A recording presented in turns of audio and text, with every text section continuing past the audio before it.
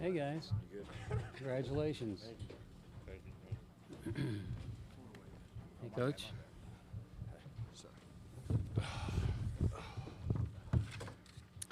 We are now joined by the Duke Blue Devils head coach John Shire, and his three student athletes with us tonight are Jeremy Roach, Tyrese Proctor, and Kyle Filipowski. We will take an opening question for Coach and then move to our student athletes. Who has first question for Coach Shire? Okay, Coach, on your left here on the aisle.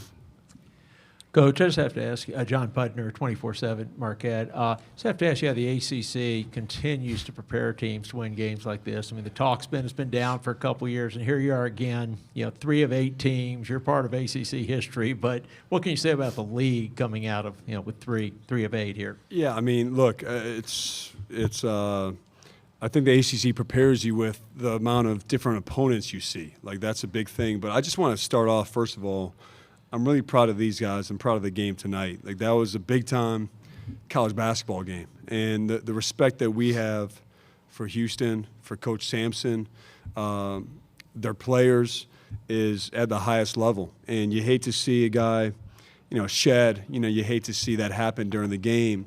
But look, they just came off a game. They won a game without four of their starters fouled out. Like, their culture, their toughness, I think showed throughout the whole game. And so for us to respond to not getting off to the best start, probably, but to respond to that was a big deal. So you asked me about 3 of the 8 teams, or Clemson, NC State. I'm not surprised.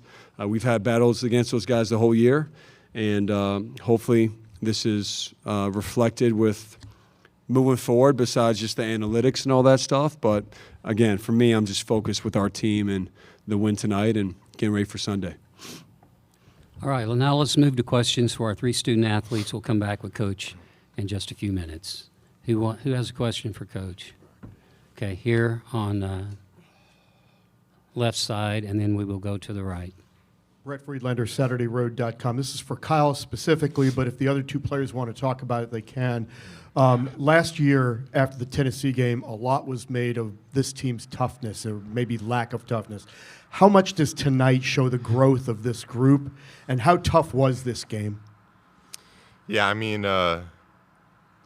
just going back to last year real quick in the second round against Tennessee, that was, this game right here was kind of that same type of game. Just a great, gritty team and their culture, and I mean, just seeing the togetherness, how we didn't quit out there tonight. That really does show the growth from last year. I mean, we remember how upset we were from last year, and we didn't want to repeat that again. We know we got a great team. We've been through so much this year, and I mean, that's it. We just stuck together, and that was the most important thing. Tyrese, you want to respond? Yeah, sort of similar to what Flip said. We all came back to be in this position, and it's crazy because we were in the exact same situation as last year, and I thought, like Flip said, just our togetherness and how we competed by getting knocked back at the start, and then just sticking together and just coming out with the win. Jeremy? They basically all said it all. Last year, Tennessee game was pretty much, it was very unacceptable. I mean, obviously, Coach, he would remind us in practice throughout the whole season about that. But this game, we just kind of took it to heart and didn't want that to happen again. So, Can I just say with that, by the way, like, you don't have to apologize for losing in the tournament. Every team loses except one. And for these guys, we started 4 freshmen last year. And this year, like, these guys, Jeremy obviously has been through it. This is only their second time. And so I think for us, some of the criticism about toughness or whatever, like, try being at Duke as a freshman and sophomore and battling your ass off in the tournament, and then talk to me about being tough. So for me, like, these guys have shown every step of the way how tough they are mentally, physically. I know it's not my question. I know it's for these guys. But I just have to say that because they've repeatedly shown me what they're made of in the 2 years I've been the head coach, and obviously for Jeremy before that. Okay, here on the extreme right. Tyler Baptiste from The Athletic. This is for Tyrese. How much pride do you take in your defense, not just overall, but at the end of kind of a slugfest, rock fight type game like that one was? Yeah, I mean, I take a lot of pride in my defense. I think I set the tone last year, and I thought I started off the season not at the same level I was last year, and obviously watched a lot of film and just got back to work. But, I mean, it's all about preparation and, how we are in practice, how I am mentally in practice, and just taking pride when the game's on the line. The game's going to be won on defense, and, all the 50-50 balls we came up with towards the end of the game really helped us. And, I mean, that's all it really is. It's just pride, like you said.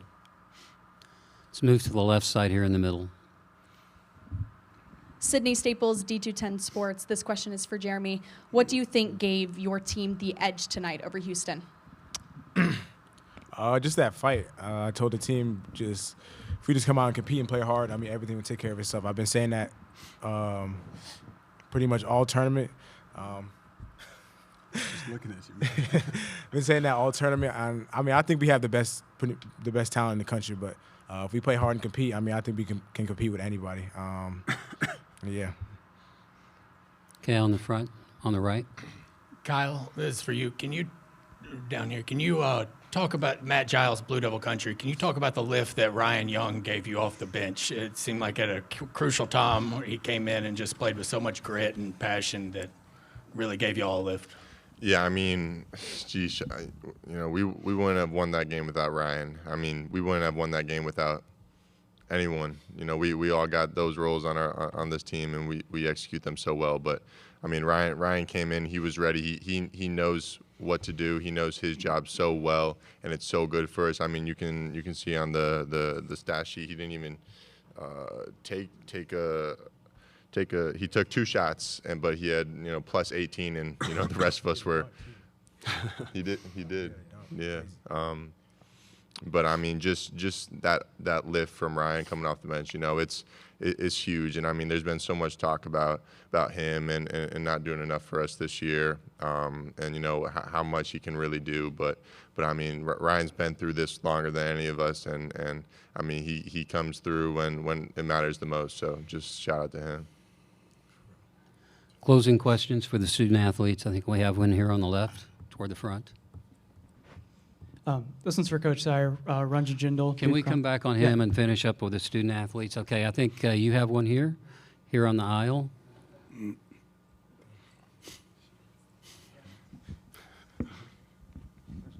Any of you guys, how much did this game change when Jamal Shed left because of his ankle?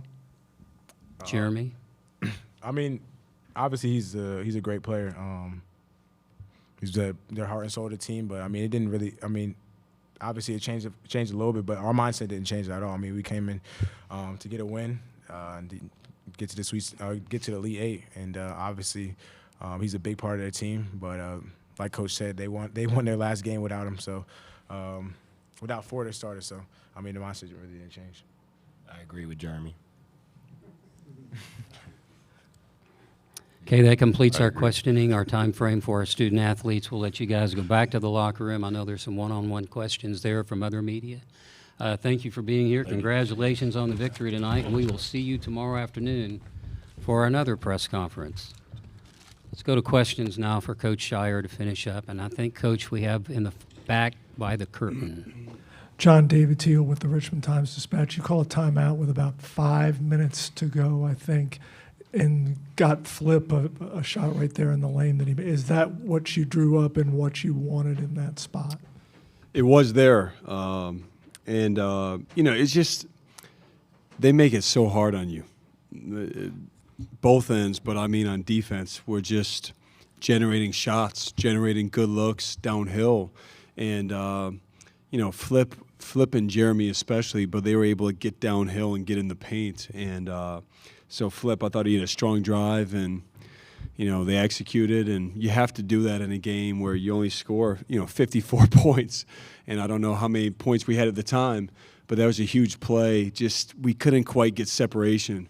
And that finish was big time. Okay, let's go on the left. Hey, Coach, Ranjan Jindal, Duke Chronicle. Could you just talk about your message to your team after that first timeout you took and how they really responded and battled back and, settled in on the offensive end. It's funny. It was like deja vu 2 years ago when we played Texas Tech. It was like we just came out, and I wish I knew exactly why or what happened. Jeremy was obviously the only guy that was playing in that game. Well, Jalen too. And just tell him, let's settle in, man. Just settle in. We're doing things we haven't done before. We're turning the ball over like crazy. First play, we talk about rebounding all week. The shot goes up. We just stand and watch, and they get 2 points. And, just try to reinforce. It's all self-inflicted. It's one thing if they hit shots, which they did, but the first couple possessions there I thought was just us not coming out the way that we needed to. So let's just regroup and come back. And I thought, Flip's 3, just to get us going there. You just needed to see one go through. Was a big play just to start the momentum. Let's go on Coach's right by the curtain, and then we will go to a call from Zoom. Connor O'Neill from Devils Illustrated. John, to keep you on the deja vu track, how much did Jeremy hitting clutch mid-range shots late against an elite defensive team in the Sweet 16 remind you of that Texas Tech game? A lot. A lot. And he's done it. He's been there. It's funny. He even said after the game some of his turnovers early were was like Texas Tech. But his playmaking, and even in the first half when we weren't converting, he was the one guy that was getting downhill and getting in the paint. And he's got such a quick burst. And I just thought his reads weren't the way it normally is. And the second half, he just settled in, and his poise and maturity was so important for us. But, yeah, it's definitely reminded me of those moments. Closing questions now. Let's take one from Zoom. Yes, we have a call from Dan. Dan, please unmute yourself and then identify yourself and affiliation and then state your question.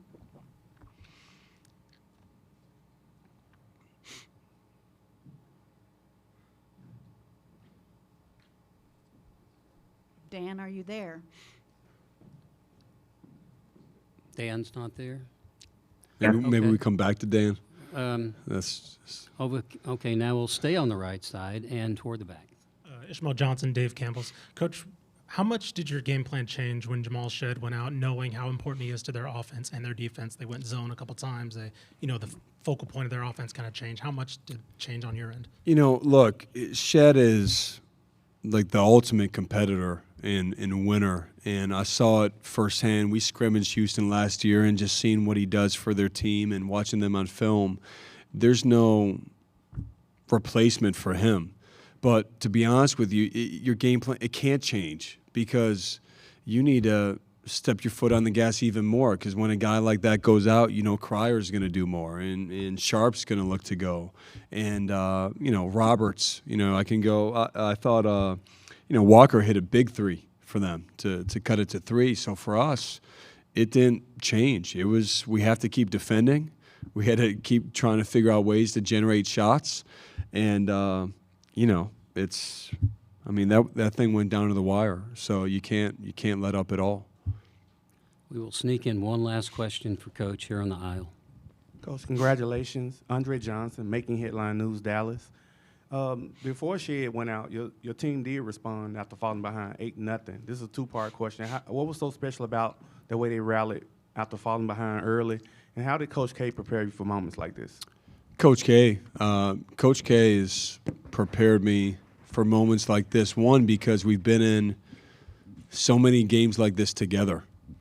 Starting when I was a player for 4 years, but then being on staff with him for 10 or 11 years.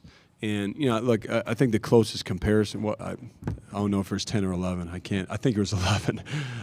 But I compared to the Texas Tech game, and I don't know how early he called a timeout in that game, but it was early. And, just you have to show great poise in these moments. Your team wants it really badly, but I'm beyond fortunate to have learned from him as a player and as a coach.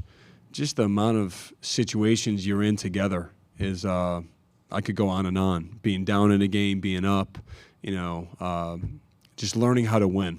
That's the biggest thing I've learned from him. And then for our team, that was just a different game. So to start out that way and to just claw our way back, I think any questions about their mental toughness or any questions about their heart, I think they answered that tonight. Obviously we have to respond quickly and get ready for a quick turnaround on Sunday. But I'm just really proud of them. And I know it's the last question. I just want to make sure two guys I thought were special tonight. Ryan, those guys talked about Ryan and the minutes that he had, but his defense, his physicality to match what they do, I thought was a big difference in the game. And then Tyrese didn't have like the number, he has 9 points, 4 assists, which was key. He just was so steady for us. But his defense was off the charts. Off the charts. And on the ball guarding, but also off the ball.